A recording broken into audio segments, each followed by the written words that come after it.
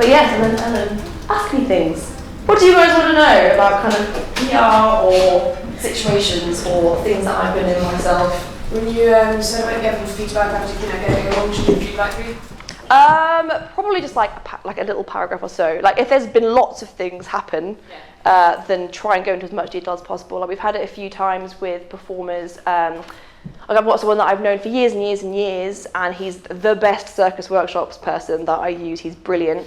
And we got some really bizarre bad feedback from him, which I found very hard to believe because he's never let me down at any point. So at that point I did ask for like very in-depth feedback from him, almost like blow by blow what happened, because their stories were so contradictory with what had happened. At that point you go, well actually the client's just being a dick here. And that will happen. You will just get awful people in your time, and it's not very nice, and it's just not very fair. I've done a few weddings and the bride and groom had a massive argument, so they were unhappy because they'd been arguing, and one of our performers turned up to do a fire show. And we always do our wedding fire shows. It's like, get the bride and groom into the middle because it's your show, like, and they wouldn't even stand near each other for the fire show. Like they stood at opposite ends of the crowd, and at that point it's like, oh, this is gonna go so great.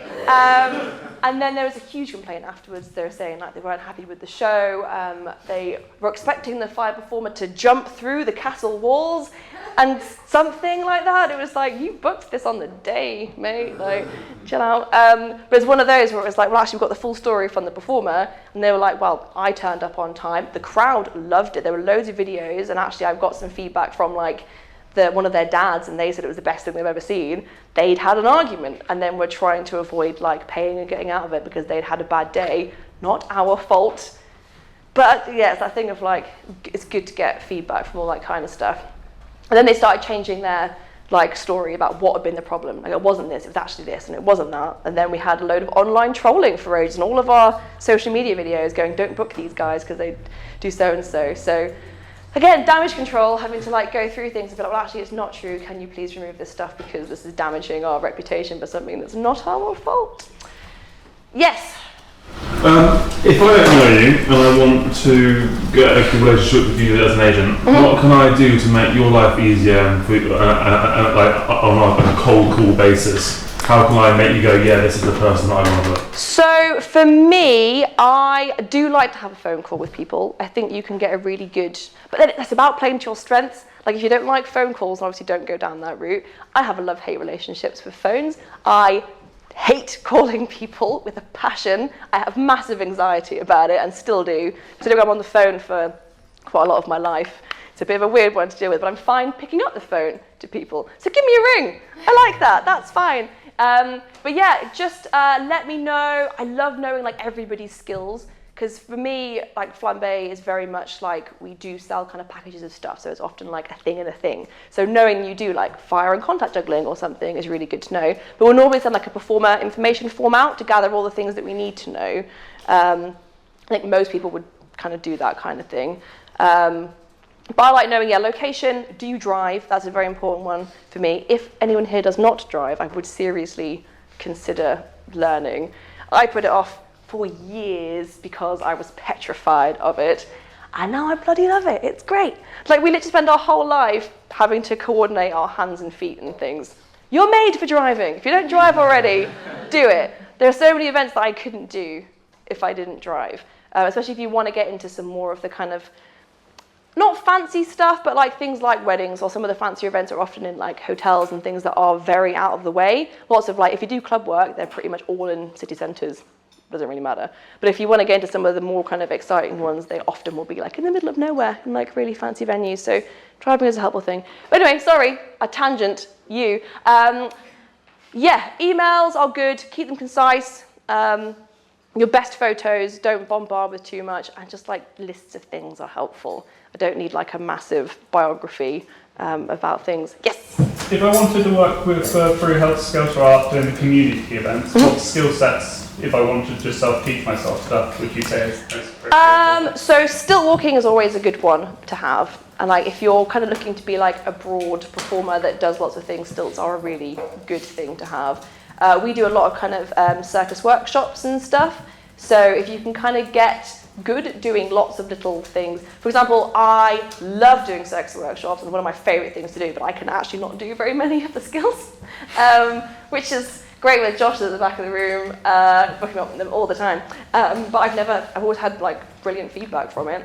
A lot of it's about being interactive and friendly, and a lot of the time it's just holding people on stilts doing this for a lot of it. But my best one, Josh, sent me over to Lisbon to go and do spinning plate teaching, didn't you, Josh? Thanks for that. Who was you with? Team spinning plate was rock and roll. So I was with Ben Nicholson and John Oudry, they're two of like the top jugglers in the country. And we were teaching spinning plate to like hundreds of Singapore people. It was the most bizarre day of my life. But team spinning plate, we're going strong, man. Yeah, mention it to John because he's doing a talk. Is he today? No, I believe he's Wednesday. Oh, mate, bring it up. We love team spinning plate. But yeah, getting some of your own equipment is also a really good thing to have. So if you are wanting to kind of like specialise in something, make sure you have it. Don't say you're a fire performer without having fire props, which happens a disproportionate amount of time. You will not believe it. The amount of times that I get emails and it's like, I need like because we do lots of shows, so we do lots of like big end like corporate fire and LED shows. And the amount of times I get emails of people going, oh yeah, I saw they're looking for like an LED drill, I can do it. I haven't got any kit, but if I can borrow yours, it's like, that's kind of why I'm looking for someone, because we're all booked out, so that's why I need it. And I've had a number of people that are like, yeah, I'm a fire performer, I haven't got any of my own kit. And it's like, well then you're not a fire performer, are you? So if you want to sell yourself, and you want to specialise in something, make sure you have it. And I know that was a shocking reaction, but it happens more than you would think. But yeah, so for community stuff, yeah, I would say like it's a lot of it's about your personality. If you're really friendly and approachable, I have certain people that I put on certain gigs, so that's a good thing to do. Stilts, circus workshops, be nice, don't be a dick. Yes. Sorry. How do you know which angels to choose and which to avoid and who to go for? That is something that you will kind of learn over time, and I've got a talk later on that's a bit more kind of about agents. So that's later on this afternoon about kind of how to go through that kind of side of things. Unfortunately, you probably are going to find some bad ones in your time. I mean, a lot of it will be through word of mouth, so kind of staying in touch with your peers and friends. If they have a bad experience, maybe don't write that person off right away, but if you start to have like a similar experience, just move away. Like, it's not worth it. But again, that's something that I'll be kind of talking about later on a bit more. But yes. Yes! In terms of doing workshops, do you have like a bottom end of kit that you say would be useful to have, like a certain amount of like... Yeah, so for circus workshop stuff, popular things are always hold-on stilts. They're always really popular. Definitely make sure you've got some juggling kit. We normally have a mix of balls and scarves. Scarves are shit outdoors, but for indoors they're really, really good, obviously because they fall slower. Again, I cannot juggle and have never been able to juggle, but I have taught hundreds of people how to juggle, which is ridiculous. And I've tried so many times, just can't follow my own advice. But yeah, but scarves are really good because they fall slower. It really gets people like the time to see that motion of like how you're supposed to do it. Spinning plates is actually my favourite thing. So don't laugh about spinning plates. People love them and people get addicted to trying to do spinning plates. So make sure you've definitely got a few of them in there. But I think it's more about what you like focusing on. If you're a really good poi performer, have poi in there. If you really like staff, have staff in there. I'd say having a few of everything. You don't need a massive kit. You never need to put that much stuff out. We have tons because we often have like 4 circus workshops out on like one day. But you don't need, like just one box of stuff is fine. For most of it, so just get a little bit of everything. But like juggling wholesale, make an account. Yeah, so that's, I think just focus on what you enjoy teaching, really. So secondly, would you say there's anything that's just like an absolute waste of time to have? Levy sticks.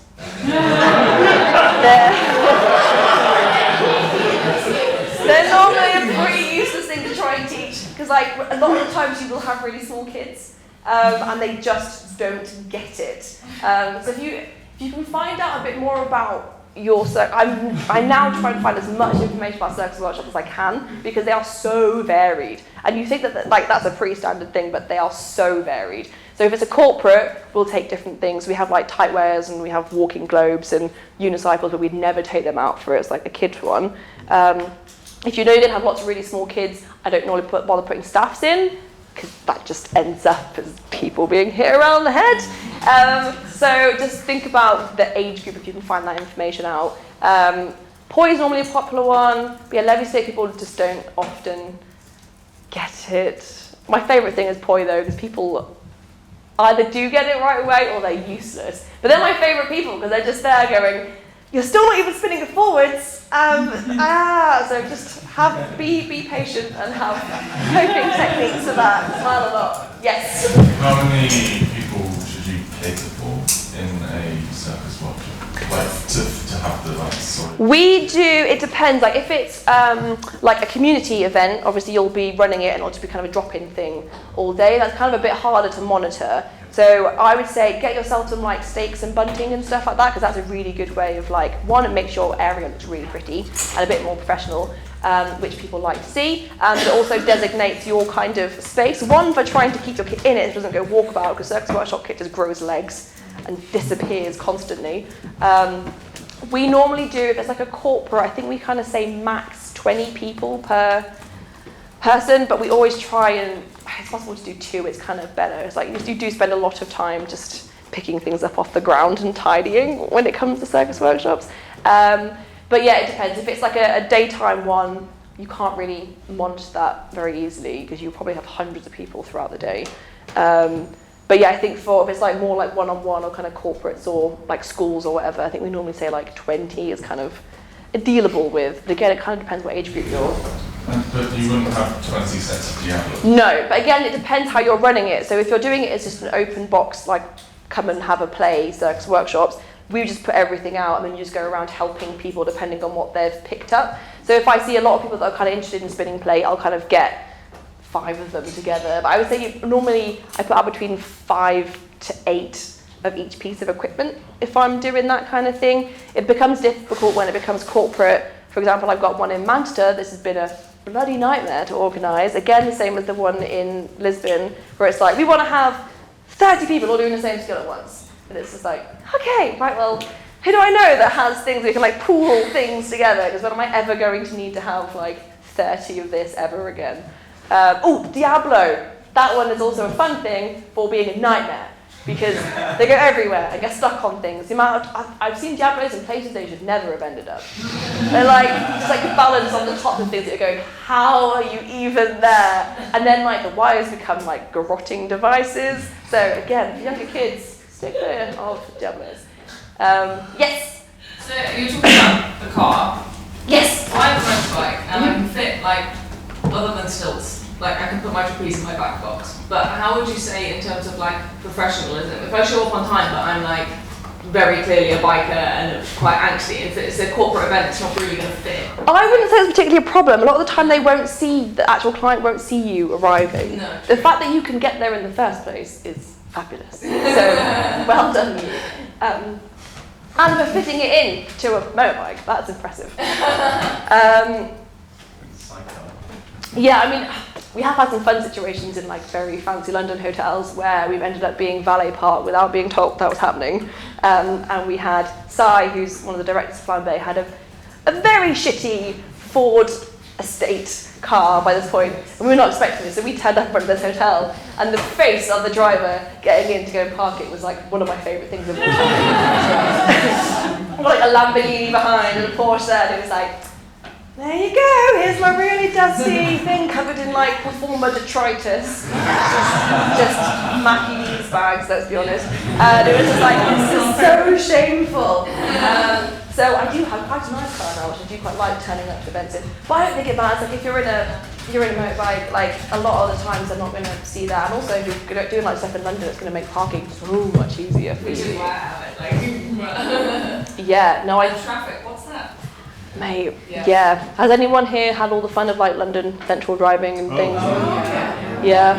Yeah, it's always an interesting one. I also quite enjoy it though because you don't get that many female drivers in there. So I quite like being in like our van, going and doing stuff because I'll be tooling along with like, especially after a gig on it, because I don't normally bother doing makeup for like when I get there, but afterwards like face full of like performance makeup in my white van in the middle of London. Everyone's like, oh, just like, hello, yeah, it's me. Van's a bloody nightmare. But anyway, I think that's fine. I wouldn't see that as a massive problem unless you're like bike is spluttering out huge clouds of smoke. It's just sort of, like, sometimes when I'm going to like business meetings and I'm like, right, the only way I can get there is my motorbike, so I'm going to have to like subtly try and get out of my lane. No, I would say if it looks presentable, I don't think that would be an issue for many places, and if it is, it would be like a really rare occurrence. I think that would be better than like a battered, like falling apart car. So yes, Ailey. Oh no, Gaia, you go.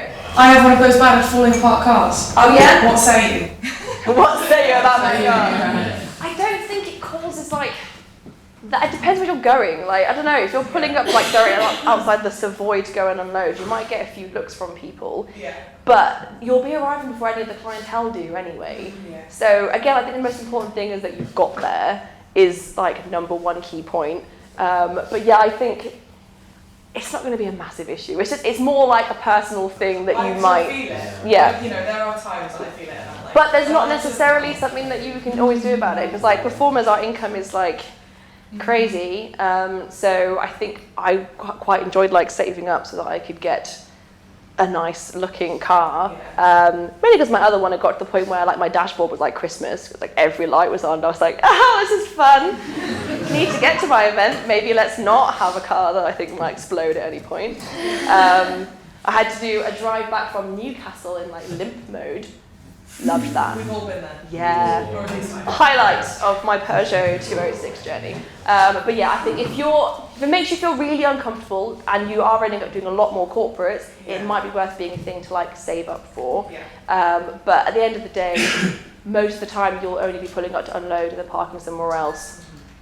I think if you can deal with it, then it's okay. But if you want to work towards it, work towards it. Ailey!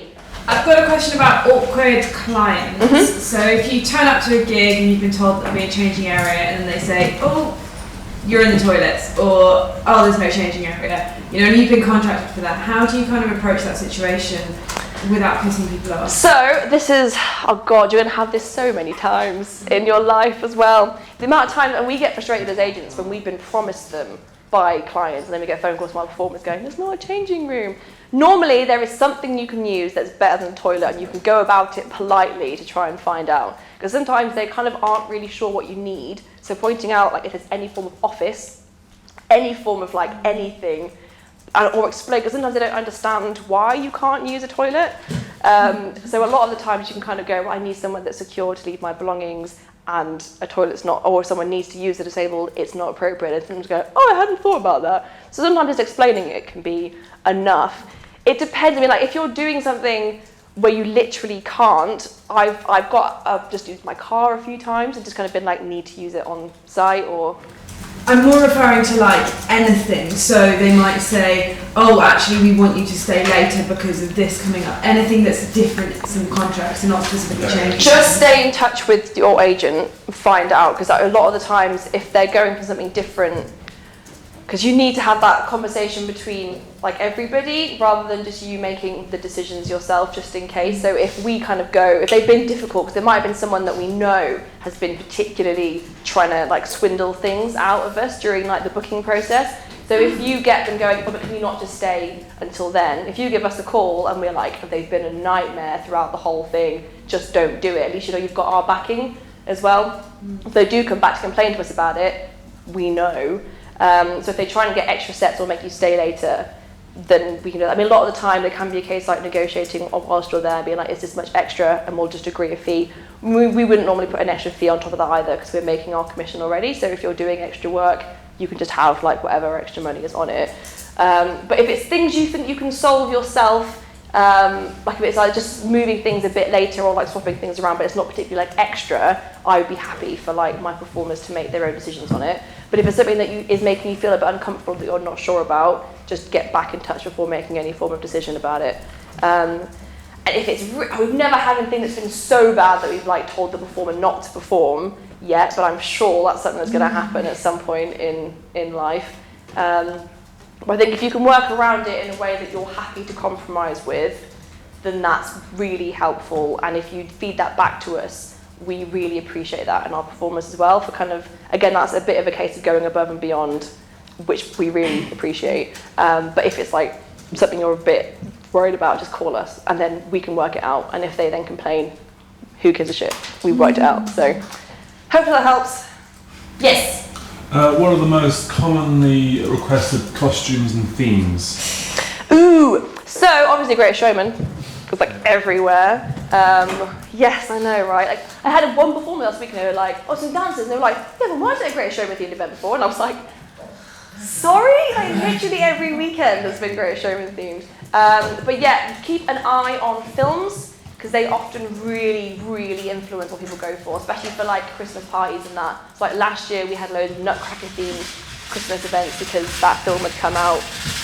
When new like Marvel films ever come out, we'll often get more requests for that kind of stuff. I think there's like The Little Mermaid's coming out next year, so there'll probably be quite a few like underwater themed events next year. Like it really does influence stuff. So obviously there was Dumbo and The Greatest Showman that came out, and there's another Greatest Showman 2 I think next year as well. So yeah, we can cling on to those coattails. Yeah, we can just run that one until it's gone dry, cling on to those coattails. But yeah, I think for costumes, it's good to have just like a generic smart thing as well. I think it's difficult as well for male performers to do costumes that are a bit more standout. Like female ones, it's so easy to be elaborate, and we struggle with this with all of our in-house costumes as well, like making male costumes that match in a way that's still got that like elaborateness to them, because yeah, women is a bit easier. But I'd say make sure you've got like a nice, very like clean, smart, if it's like a stilt thing or ground-based, like a good tailcoat or whatever is kind of a good thing to have. But you can jazz them up, because we have like our gold form, which is a full like gold outfit, but like more of like a kind of rose dusty gold rather than like a yellow gold. It looks a bit more like fancy. But it is good to have that kind of thing, and like obviously circus outfits are pretty damn staple to have anyway. Like even if The Greatest Showman wasn't huge, like it's a thing that comes up. It's a nice fallback if you're not particularly sure, or you get events that you just don't get any information about. Circus is quite a good thing to fall back on. But yeah, Masquerade is normally quite a popular one. Kind of like Vegas, but a lot of them kind of like intertwined. If you've got something that can just be like change a little accessory here or there, that's quite a helpful thing to do. But yeah, films are a lot of it. Are like white themes or like Winter Wonderland type themes? Oh yeah, definitely have an icy outfit. Yeah. Ice cream. Yeah, I mean it depends again where you're aimed at. So like for if you do a lot of club stuff, like things like Halloween, you have to have a ton of outfits for that one. Whereas if you're corporate, we don't really do much at Halloween because companies don't have Halloween parties. I think things like shopping centres are getting a bit more into Halloween now, which I'm not a massive fan of, but that's whatever. But yeah, so we are now doing more Halloween stuff than we've ever normally done. So shopping centres are now wanting like family-friendly witches on stilts or whatever. So you need to kind of know where you're going. If you're doing club stuff, then normally the gorier, the scarier, the better. Whereas if you're doing like a family Halloween thing, it needs to be appropriately done. So depending on what area you're working in will denote stuff. So like again, if you're club stuff, there'll be a lot of like Ibiza white parties, all that kind of stuff, and making sure you've got kind of like either spacey bits, whereas again, it's not as common elsewhere. So I think depending on what your market is, might depend on what costumes you have, but just make sure you've got like a nice smart thing is definitely a good like staple to have. Yes. As an agent, how would you most likely be contacted for the first time by a performer? An email is normally quite good, but I'd say an email followed up by a phone call is normally quite. Not a phone call followed by an email.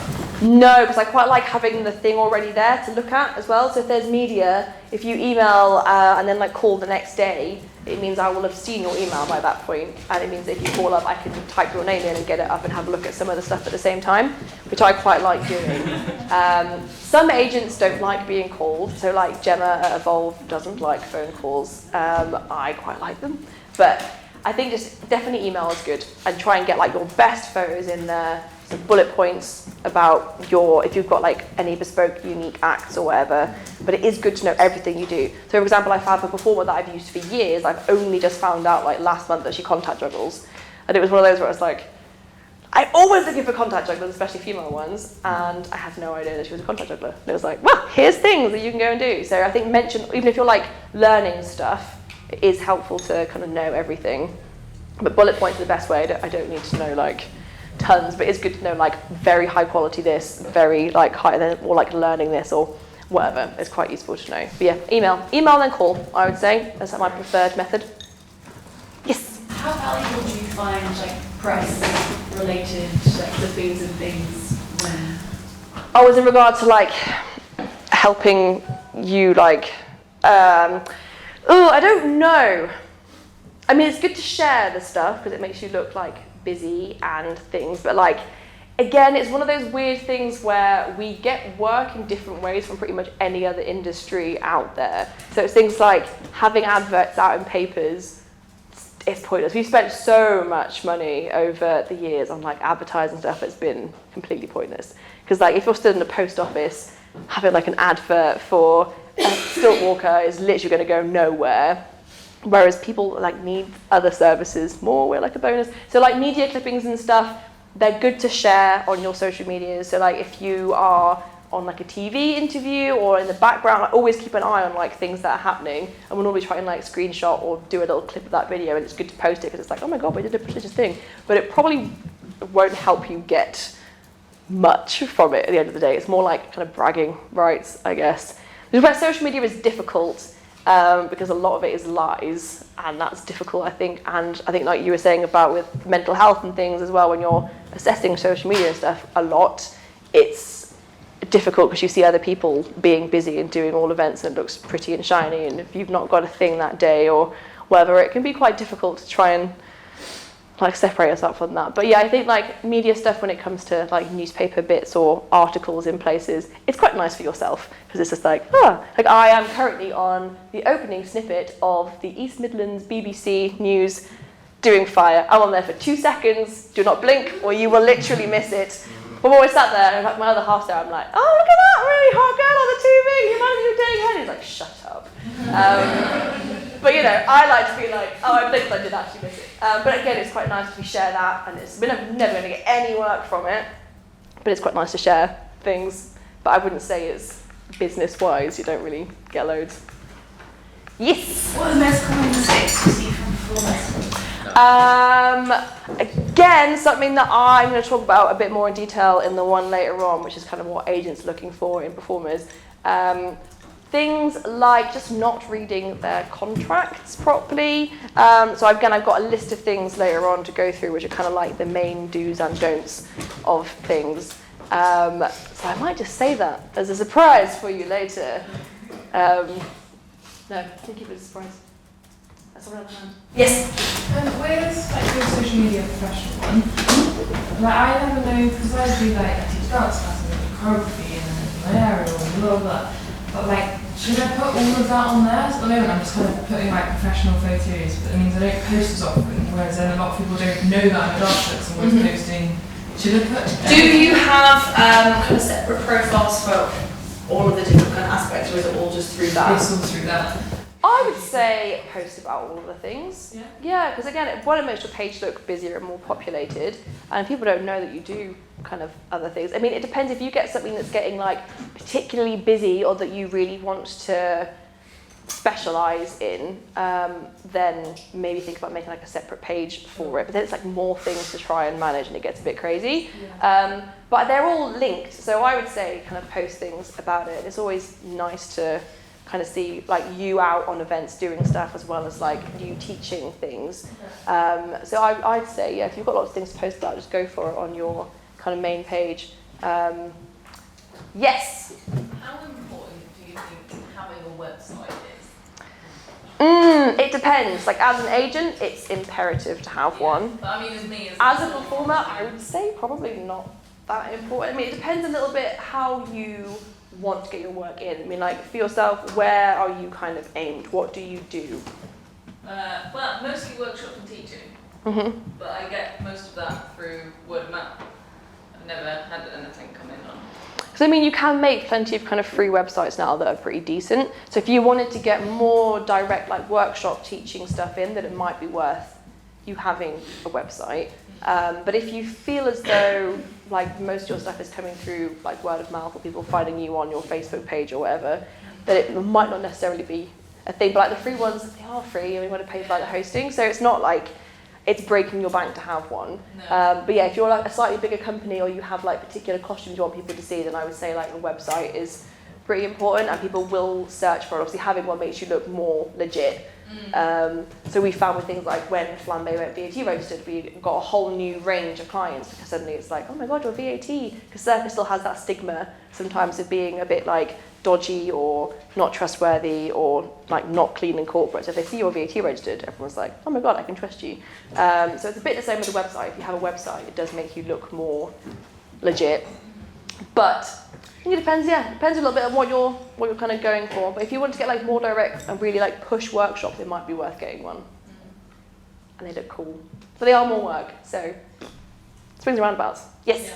It's kind of about image, but is there any way one can diversify across different industries while maintaining good relationships with each client and each agent? Do you mean like within just the entertainment industry or?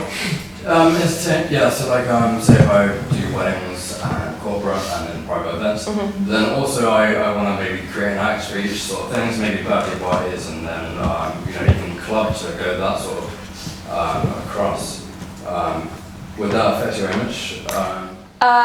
Yes, I don't know. It depends. So, for example, we're like saying very family friendly corporate stuff. If I had a new performer get in touch and I Facebooked them and I saw that all of their photos were them like in underwear doing club stuff, I'd probably go, I don't know if it's particularly appropriate for. Even if they do a lot of that stuff, I might instantly kind of go, I don't know if they fit in, but. I don't know, if you enjoy doing all those kind of things, that's when it comes into having like separate profiles. Having like the face of your thing. Because I know a few people that, I've got like a fabulous stilt walker and he does a lot of club stilt walking and he has a separate page just for that. But I put him on all of our family friendly stuff as well because he's just awesome and he's so friendly and so interactive. But if I saw the page of him doing all the club stuff, I would probably go, again, not sure if you're a performer that matches what we're looking for.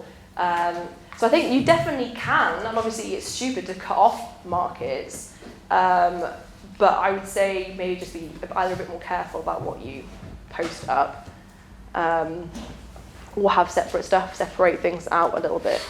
But I don't see a problem in it particularly, just if they're so wildly different, like if you've got like burlesque stuff and then also like kids party things, it might be a bit conflicting as to where you're aimed at. You have like a sole focus, but just like basically defining an act. But I think it's definitely something you can do, and obviously it's nice for us to have a variety. Like if you're just doing that one thing all the time, it can get a little bit like stale. Whereas if you're doing like a mix of things and you enjoy them, like go for it. But I would maybe, if they're wildly different, maybe separate them into like two different personas. Yes. Is social media imperative for like a career in circus? I would like to say no, but people will look you up, and if you didn't have social media, I would be kind of weirded out by it. But you can do things in different ways, so it's like I don't use my personal one particularly for posting any of my job stuff. And like we don't particularly get work through our social medias. It's very much just like, here's new costumes, or feeling like you have to post about things because people are expecting it. Which is again one of those things that I'm not a massive fan of for all of that stuff because it's all just a bit, I don't know, lying and I don't know. But yeah, I would, if you didn't have one, I would find that strange. And if I work with people a lot, I quite like to stay in touch with them. Like Facebook is a good way of doing it, and I like kind of seeing new stuff. So I don't really think you can not have one. But it depends how much you want to post stuff on it. And like some people are, like Ailey, for example, is great with posting like all of her training stuff, and I love watching all of your training videos, see what you're up to. Yours and Chris's like one-handed stuff's like insane. And then you'll get a lot of interest through that. So obviously like Ailey's social media is shit hot, and her like hooping is amazing, and you have so many followers from all of that. But how much work would you say that you get from it? I mean, I get all my work from social media. Okay, so then it works for me. We get barely any from social media. Instagram specifically. Instagram, I get direct bookings. Facebook, I get all my agency bookings. I don't know. There was a thing where when Josh released this course, people were questioning his reliability based on the fact that his social media wasn't massive. Mm-hmm. You know, so people judge you on how much you show. So you can be super successful, but people might not believe that unless they, you know, you feed that to them. Yeah, and obviously Basically, looking you- busy makes you look like a good performer to book because it shows that you've got like stuff. So again, so people have different approaches to stuff, and you have to find your own way. Like we, like at Flambe, we get barely anything for social media because we don't aim ourselves there. And I think like, yeah, we get a lot of our things through emails and phone calls because we work through like bigger event stuff. But I think having as an individual performer, again, it's not something that I know as much of because I never went through that. Like I went very much from I went straight into just having a company and everything kind of going through that. So I've not particularly had to do as much work through like solo performer channels. But so if social media is a really good way of doing stuff, then go for it. But I think you kind of do have to have one, unfortunately. Yes? Something to add to that is if you have a website and invest in SEO, you could probably get away with not having social media. But social media is like a kind of free way of getting people to see you. Yeah. Maybe less effective than good SEO on a website. Social media also affects your SEO because it's more arrows pointing at your website going, look at me, I'm amazing. Yeah. They're all kind of, now linked in with each other, so I know, apart from not that victim, we don't care about that. Anyone else? Exhaustive questions. Okay. Yeah, that's all right then. Thanks, Ellen, for your help there.